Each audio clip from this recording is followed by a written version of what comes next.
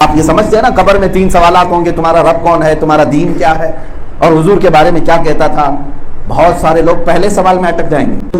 بے شک اللہ تعالیٰ ان مجاہدین کو بہت پسند کرتا ہے کہ جب یہ صفیں بناتے ہیں نا، جب یہ صف بناتے ہیں تو ایسے کھڑے ہوتے ہیں جیسے سیسا پلائی ہوئی دیوار کھڑی ہے، ایک دوسرے سے اتنی مضبوطی کے ساتھ. آپ کو اگر ایک واقعہ میں بتا دوں، حضرت عمر فاروق رضی اللہ تعالیٰ عنہ کے زمانے میں جب آپ کو مسجد نبوی شریف میں نماز کی حالت میں آپ جب نماز پڑھا رہے تھے فجر کی نماز، اس وقت فیروز نام کا ایک بدبخت خارجی مجوسی نے آپ کو خنجر مارا اور مصلی پر ہی شہید کیا تھا. حضرت عمر فاروق 1 رکعت ہو چکی تھی، صحابہ نماز پڑھ رہے تھے. اب مارنے والا چاہتا تو مسجد سے باہر نکل جاتا، صحابہ کرام کی صفیں اتنی مضبوط تھی کہ پوری نماز تک وہ باہر نکل نہیں سکا. یہاں تو لوگ کندھے سے کندھا ملانے میں بھی کچھ لوگ شرم محسوس کرتے ہیں. میرے عزیزوں، ایمان کی علامت ہے کہ کندھے سے کندھا ملا کر کے تمہیں جو کھڑا کیا جا رہا ہے، تاکہ تمہارے اندر سے انانیت، تکبر، گھمنڈ، یہ ساری چیزیں ختم ہو جائیں. ہوں گے تم وقت کے بادشاہ، امیر زادے، لیکن بارگاہ الہی میں آؤ تو ایک فقیر بھی برابر ہے، امیر بھی برابر ہے. ایک ہی صف میں کھڑے ہو گئے محمود و ایاز، نہ کوئی بندہ رہا نہ کوئی بندہ نواز. عزیزان گرامی، یہ اسلام کی خصوصیات ہے. یہ ایمان کی دولت جب تمہارے پاس آتی ہے تو ہر ایک دوسرے کا درد بھی تمہارے اندر آ جانا چاہیے، دوسرے کی بھلائی کا خیال بھی تمہارے اندر آ جانا چاہیے. تو صحابہ کرام کی صفت میں اللہ نے تعریف میں قرآن میں بیان کیا کہ یہ صف بھی لگاتے ہیں تو اتنی مضبوطی کے ساتھ کھڑے ہو جاتے ہیں. اور یہی تو حالت تھی کہ دوسرا کوئی ان پر حملہ آور نہیں ہونے چاہتا تھا، کیونکہ پتا تھا ایک بھی ان کی جماعت سے مارا جائے گا تو یہ پورے کے پورے صحابہ کھڑے ہو جاتے تھے. کئی غزوے ایسے ہیں جس میں یہودیوں نے کسی ایک مسلمان کے ساتھ چھیڑخانی کی. مثال کے طور پر جنگ تبوک جو ہوئی ہے، اگر اس کا پس منظر معلوم کریں آپ، حضور پاک صلی اللہ علیہ وسلم نے اپنا ایک قاصد بھیجا تھا جارڈن کی سرزمین کی طرف. حضور پاک صلی اللہ تعالیٰ علیہ وسلم نے اپنا قاصد ایمان کی دعوت دینے کے لیے حضور بھیجا کرتے تھے، ایک قاصد کو بھیجا. اس علاقے کے لوگوں نے رسول پاک کے قاصد کے ساتھ بدتمیزی کی اور یہاں تک کہ ان کا قتل کر دیا. تو آپ ایک قاصد کو قتل کرنا کتنا بڑا جرم تھا. خود رسول پاک صلی اللہ علیہ وسلم صحابہ سمیت مدینے سے نکل گئے. 900 کلومیٹر کا فاصلہ تھا، لیکن رسول محترم صلی اللہ تعالیٰ علیہ وسلم کے صحابہ نکلے تاکہ دنیا کو بتایا جائے ہماری جماعت سے ایک کا بھی قتل ہونا پورے لوگوں کے قتل کے برابر. قرآن کہتا ہے من قتل نفسا متعمدا، ایک شخص کو جان بوجھ کر کے قتل کرنا، فکأنما قتل الناس جميعا، گویا کہ اس نے سارے انسانوں کا قتل کر دیا. آج یہ حالات بدل گئے، ایمان والوں کے قتل پر ہمارے ہاں سے کوئی آواز بھی نہیں اٹھتی. آج لوگوں کے اندر چپی ایسی آ گئی کہ لوگ یہ سمجھتے ہیں کہ بولیں گے تو پھر ہم پتہ نہیں پکڑے جائیں گے، مارے جائیں گے. اگر ایمان کے ذرات قلب میں باقی ہیں تو میرے عزیزوں، دوسروں کے درد کا احساس کرو. آج اگر ہمارے گھر میں باپ کا جنازہ اٹھنے والا ہو، ماں کا جنازہ جانے والا ہو، تو ظاہر سی بات ہے کہ ٹیلی ویژن کے سامنے بیٹھ کر کے دھوم دھڑاکہ کوئی نہیں کر رہا ہوتا ہے، گانے باجے اور ناچ گانے نہیں کر رہا ہوتا ہے. گھر کے اندر جنازہ ہو، حد تو یہ ہے کہ ہم غم کے عالم میں تو چولہا بھی نہیں جلاتے گھروں کے اندر، کسی کے گھر میں میت ہو جائے. لیکن آج مومنین پر جو اس قدر برے حالات آئے، جن کی مسجدوں کو جلا دیا جا رہا ہو، ان کو پکڑ کر کے قتل کر کے ان کا خون بہایا جا رہا ہو، اس وقت بھی اگر ہمارے نوجوان پٹاخے اڑانے میں مصروف ہیں اور رات بھر PUBG کھیلنے میں مصروف ہیں، تو پھر یہ بات پتہ چلتی ہے کہ پھر تمہیں دوسروں کے درد کا احساس ختم ہو گیا. تم مومنین کا درد نہیں لگتے. بے چینی تو تمہارے اندر ہونی چاہیے. آپ کو پتا ہے ایمان جو ہے، ایمان کی نشانی کیا ہے؟ میرے آقا صلی اللہ علیہ وسلم فرماتے ہیں مثل المؤمن کمثل جسد اذا اشتكى عضو تداعى له سائر الجسد بالسهر والحمى او كما قال رسول اللہ صلی اللہ علیہ وسلم. میرے آقا صلی اللہ علیہ وسلم فرماتے ہیں مومن کی مثال ایسی ہے جیسے ایک جسم ہے. سارے مومنوں کی مثال ایک جسم کی طرح ہے. ایک عضو کو بھی، ایک پارٹ کو بھی تکلیف ہو تو پورا جسم بے قرار ہوتا. اگر انگوٹھے کا ناخن اکھڑ گیا تو سر میں بھی درد ہوتا ہے، جسم میں بھی بخار آ سکتا ہے. ارے میاں ایک بال بھی اکھڑ جائے تو پھوڑی ہو جاتی ہے، پورا ہاتھ درد کرنے لگتا ہے. تو جسم کی مثال فرمایا میرے آقا نے مومنوں کو، ایک عضو کو تکلیف ہو تو پورا جسم بے قرار ہوتا ہے، سر درد ہو تو کھانا اچھا نہیں لگتا، اور چکر آنے لگے تو کام کرنا اچھا نہیں لگتا، اسی طرح ایک مومن کو بھی تکلیف ہو تو پورے مومنین کو بے قرار ہونا چاہیے، پورے مومنین کو طرف جانا چاہیے۔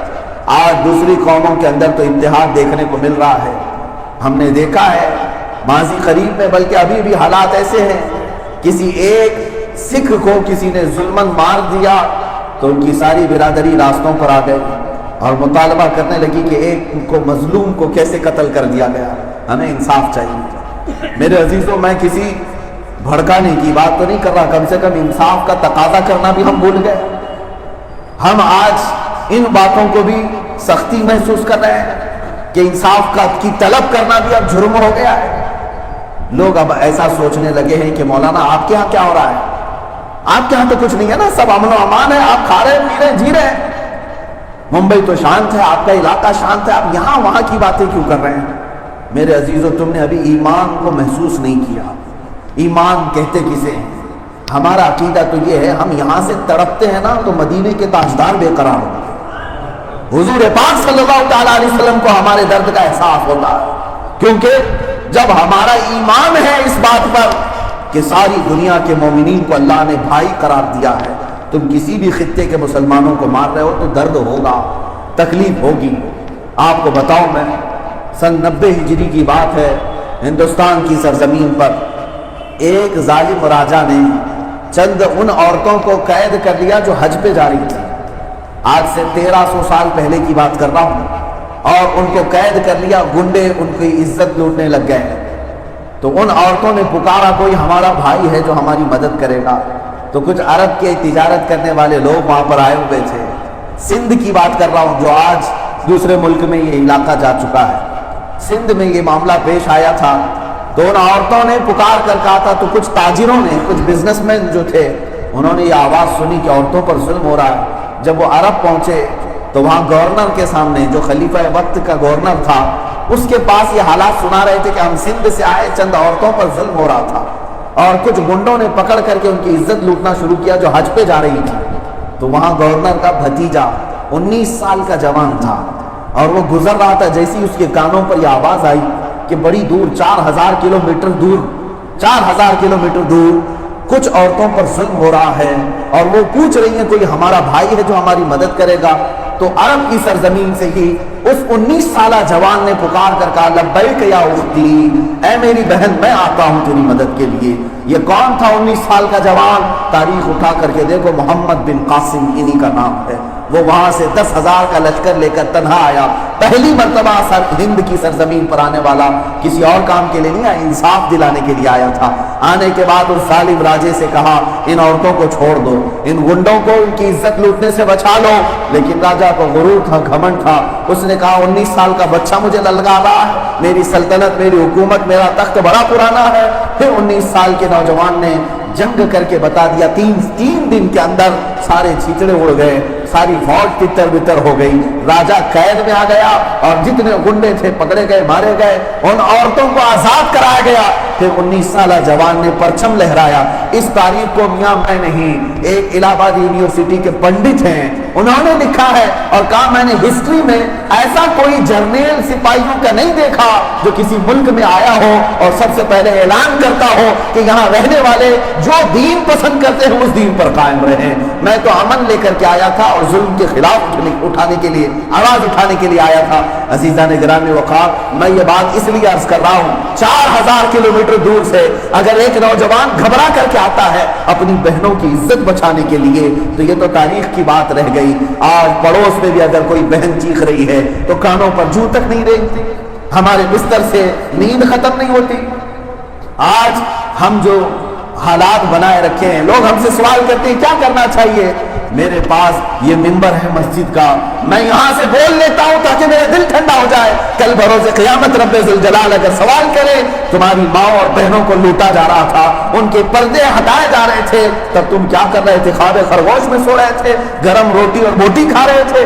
اتنا تو عرض کر دوں گا کہ مولا کریم جب جب مجھے ممبر ملتا میں ممبر سے آواز تو اٹھاتا تھا، اب یہ آواز مولا تیرے شان ہے کہ تو جہاں تک پہنچا ہے۔ اب مومنین کی ذمہ داری یہ ہے کہ تم خواب خرگوش سے اٹھو، جن کو تم نے ذمہ دار بنایا ہے، جن کو تم نے تخت تک پہنچایا ہے، وہاں تک جا کر کے تو بات رکھو کہ یہ کیا ہو رہا ہے، کہ آج ان کی باری ہے کل ہماری باری آ سکتی ہے، آج ان کے گھر لوٹے جا رہے ہیں کل یہ آگ کی چنگاریاں ہمارے گھروں پر آئیں گی، تو آج تو کم سے کم بیدار ہونا چاہیے۔ میں بارہا اکثر اپنی تقریروں میں کہا کرتا ہوں کہ آج کے دور میں یہ برائلر چکن کھا کر کے اسی طرح کی عادتیں آنے لگ گئی ہیں۔ برائلر چکن کو تو دیکھتے ہوں گے، قصاب لیتا ہے، مرغی کو کاٹ رہا ہوتا ہے، باقی ساری مرغیاں کیا آواز کرتی ہیں؟ کون سی مرغی آواز اٹھاتی ہے؟ کچھ نہیں ہے، وہ ساری تو اپنے دانے چھگنے میں مصروف ہیں، انہیں پتہ ہی نہیں ہے کہ ان کی ایک مرغی کو کاٹا جا رہا ہے، کچھ نہیں کرتی۔ اسی طرح سے حالات پیدا ہو گئے، یہاں بغل میں کسی کو مارا جا رہا ہے، کاٹا جا رہا ہے، تو باقی سب تو اپنے کام دھندے میں مصروف ہے، ہم اپنی روٹیاں بوٹیاں توڑنے میں مصروف رہ گئے۔ اور اسی طرح سے رہے تو قصاب جس طرح ایک مرغی کو ذبح کرتا ہے دھیرے دھیرے سب کو ذبح کرے گا۔ عزیزان گرامی وقار، میں بات صرف اتنی کرنا چاہتا ہوں کہ جہاں بھی جیو حق کی آواز اٹھا کر کے جیو، برائی کے خلاف آواز اٹھا کر کے جیو، کچھ نہیں ہونا ہے، بزدل بن کر کے ویسے بھی تمہیں موت آنی ہے، موت تو آئے گی، مجھے بھی آئے گی، آپ کو بھی آئے گی۔